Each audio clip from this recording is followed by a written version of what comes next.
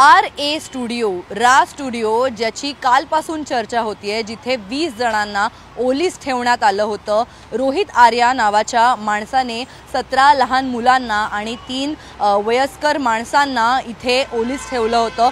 दिवसाढवळ्या 20 जणांचं किडनॅपिंग झालेलं आहे आणि त्याबद्दल आता क्राइम ब्रांच सुद्धा आपल्या परीने तपास करत आहे। रोहित आर्या ज्याने लहान मुलांना आणि काही 3 जणांना नागरिकांना किडनॅप केलं होतं, त्याचा या घटनेमध्ये मृत्यू झालेला आहे।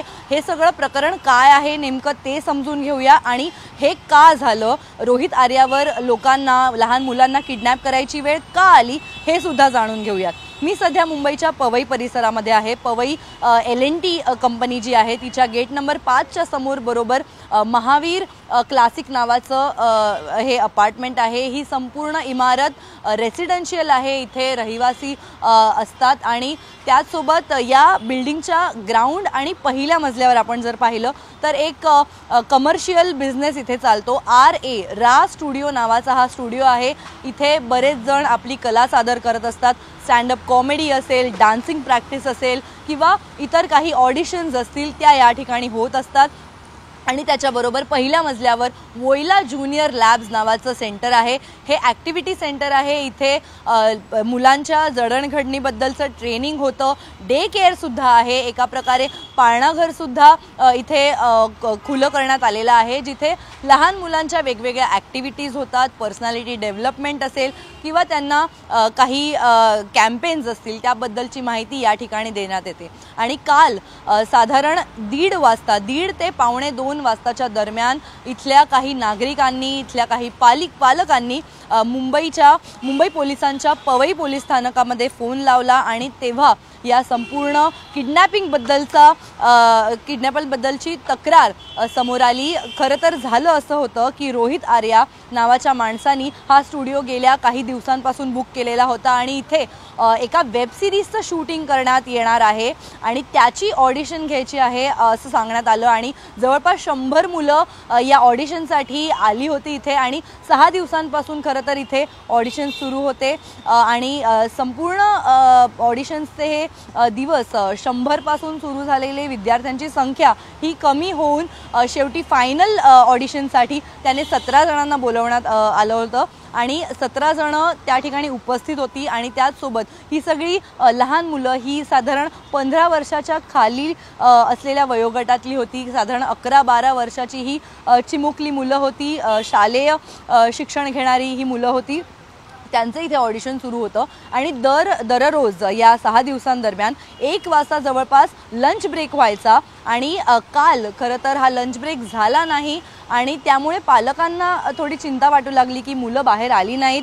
आणि त्याचवेळी रोहित आर्या नावाच्या माणसाने, ज्याने हे ऑडिशन्स बोलवले होते, त्याने आतून दरवाजा बंद करून घेतला। त्याने एक व्हिडिओ रेकॉर्ड केला ज्यामध्ये तो जवळपास संपूर्ण यंत्रणेला धमकी देताना पाहायला मिळाला।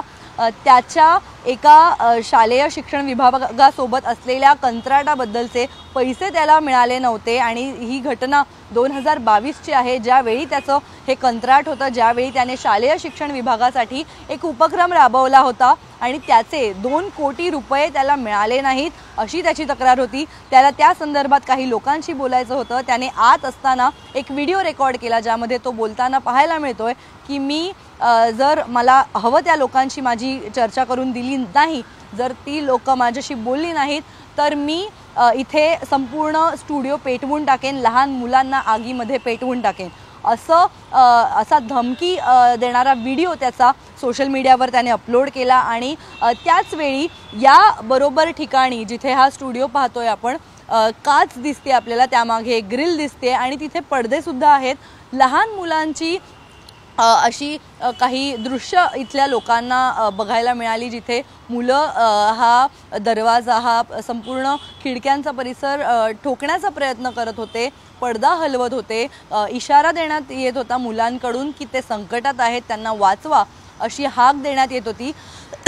ज्या ठिकाणी मी उपस्थित आहे इथे साधारण सर्व मुलांचे पालक उपस्थित होते आणि त्यांना हे दृश्य दिसत होतं। मात्र सुरुवातीला त्यांना वाटलं की हा एखाद्या ऑडिशनचाच भाग असेल, एखादी ॲक्टिंगची प्रोसेस सुरू असेल आणि त्यामुळे पालकांनी दुर्लक्ष केलं। मात्र बराच वेळ ती घटना सुरू असल्यानंतर लोकांना सुद्धा संशय आला। इथल्या रहिवाशांनी, इथे उपस्थित असलेल्या पालकांनी ताबडतोब पवई पोलिसांना फोन लावला आणि 100 नंबर डायल केल्यानंतर साकीनाका पोलीस स्टेशन आणि पवई पोलीस स्टेशनचे पोलीस इथे ताबडतोब पोहोचले आणि त्यांनी या परिस्थितीचा आढावा घेतला। आता रोहित आर्याला पोलिसांकडून बोलण्यात येत होतं, त्याला सांगण्यात येत होतं की हे पाऊल मागे घे, अन्यथा अनेक संकट निर्माण होतील आणि तो तरीसुद्धा धमकी देत राहिला की मी ही जागा संपूर्ण पेटवून टाकेन। पोलिसांनी शहाणपणा करू नये, त्याच्या मागण्या पूर्ण झाल्याच पाहिजेत। त्याला दीपक केसरकरांसोबत बोलायचं होतं। दीपक केसरकर हे गेल्या सरकारचे हे शालेय शिक्षण मंत्री होते आणि त्याच दरम्यान ते शालेय शिक्षण मंत्री असताना हे कंत्राट देण्यात आलं होतं या रोहित आर्या नावाच्या माणसाला। त्याने शालेय शिक्षण मंत्र्यांसोबत एक व्हिडिओ सुद्धा रेकॉर्ड केलाय, ज्यात दीपक केसरकर बोलताना सुद्धा पाहायला मिळत आहेत की एक स्वच्छता युनिफॉर्म नावाचा उपक्रम रोहित आर्या या नावाच्या व्यक्तीच्या अंतर्गत आपण त्यांच्या लीडरशिपमध्ये हा राबवतो आहोत आणि त्याबद्दल त्याचं कौतुक करताना सुद्धा या व्हिडिओमध्ये आपल्याला पाहायला मिळतंय। आणि ह्या संपूर्ण कंत्राटाबद्दलचे जे 2 कोटी रुपये होते, जे रोहित आर्याचं म्हणणं होतं की सरकारकडून मिळाले नाहीत, त्यासाठी त्याने हे टोकाचं पाऊल उचललं। त्याचं तरीसुद्धा हेच म्हणणं होतं की दीपक केसरकरांची चर्चा घडवून द्या आणि केसरकर यांच्याशी संपर्क झाल्यानंतर त्यांनी म्हटलं की मी सध्या या खात्याशी निगडीत कुठल्याही संपर्कात नाही आहे, मी त्या पोझिशनवर नाही आहे, त्यामुळे मी याबद्दलचा कुठलाच निर्णय घेऊ शकत नाही। ताबडतोब सध्याच्या शालेय शिक्षण मंत्र्यांना सुद्धा संपर्क करण्यात आला।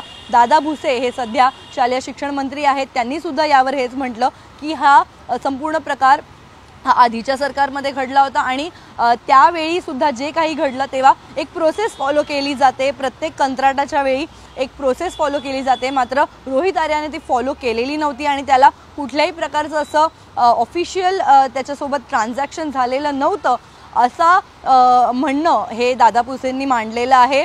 त्यामुळे संपूर्ण हा याचा भाग आहे, संपूर्ण इन्व्हेस्टिगेशनचा भाग आहे आणि ते सध्या सुरू आहे। मात्र जेव्हा हा व्हिडिओ त्याने रिलीज केला तेव्हा आणखी पोलिसांची मदत घेण्यात आली। इथे क्राईम ब्रांच पोलीस सुद्धा उपस्थित झाले, क्विक रिस्पॉन्स टीमचे कमांडोज इथे आले, मुंबई फायर ब्रिगेड इथे आली आणि टार्गेट होतं ते इथे असलेल्या 17 मुलांना बाहेर काढणं।